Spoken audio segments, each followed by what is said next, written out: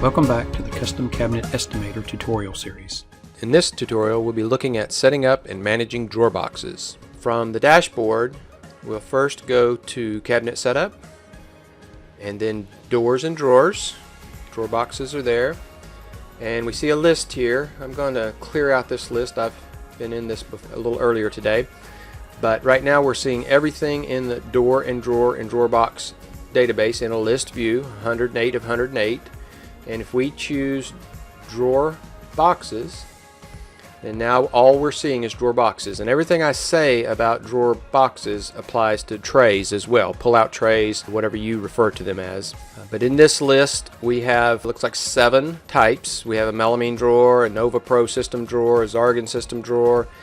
You will need the none item in every database. If you don't have drawer boxes, you need to enter that, so that on your reports it shows that there are no drawer boxes.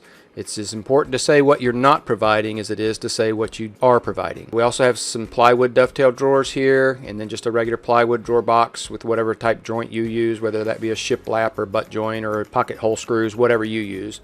And then your dovetail solid wood drawer box. And we want to look at 2 different types here to give you a good feel for how this works. In the case of a system drawer, let's go ahead and go to this Zargan drawer.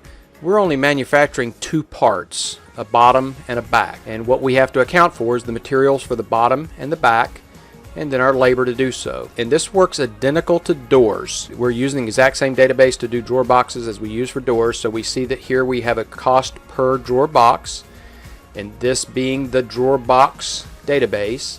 And then we're looking through a portal again at the material database, and these are drawer box materials. And in the case of this system drawer, we're charging $8.40 per drawer box for the labor. And if we were to look at the labor reports, the detailed job reports, we would see this $8 reflected per drawer box. And so that's the labor to cut those parts, edge band them, assemble the drawer, all the labor associated with the drawer box itself. And then the material cost is one of these is chosen in the material entry section, and the most common being either a white or a maple melamine. And when we come to the material section, again, we're looking at the materials here and looking through a portal here to the drawer box themselves. And so let's go back to this Zargan drawer. Again, the pricing structure works the same, so much per part, and then when you're looking at your materials, so much per square foot.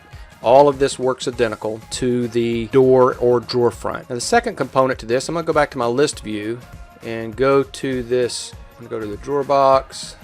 And I'm going to look at well, I'm in the materials right now, so I'm just going to go ahead and grab the materials for my 3/4 inch hard maple drawer box. So this will get me to my dovetail drawers. So I want to do a solid wood dovetail drawer. And so this structure is flexible, but we just simply couldn't accommodate for all the different pricing structures that all the drawer companies out there utilize to price drawers. So let me just explain what I've done at my company, and then you can choose what method you want to use. But in this case, you see I have 2 materials, 3/4 inch and 5/8 hardwood materials, but all of the costs are zeroed out. And the reason the costs are zeroed out is because I'm just using a per drawer box cost. And you can do either, just as you can with the doors. You can use a per drawer box cost or a per square foot cost or a combination of both.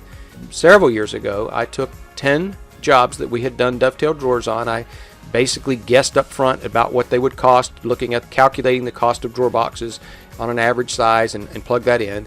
And then after we'd done 10 jobs, I took the total job cost for each of those jobs and divided it by the number of drawer boxes, and it came up with all 10 to about $43 per box. And so that's what I used for a number of years, and of course it was adjusted each year for inflation, and then we checked each and every job that came in. That was just part of our process of taking that bill and posting it into QuickBooks, as we would take the drawer box portion of a bill from Conestoga and divide the drawer box cost by the number of drawer boxes and confirm that it was still this $43 number, and if it changed, we would change it. So the worst case scenario was that we were off for one job, and it would be insignificant typically if we were, but we would adjust as that number moved. Very simple process, but again, if you want to accommodate for the changing of the sizes of the drawers, some of these drawers are overpriced and some of them are underpriced at $43 a box. The little small drawer is probably overpriced and the big drawer is probably underpriced.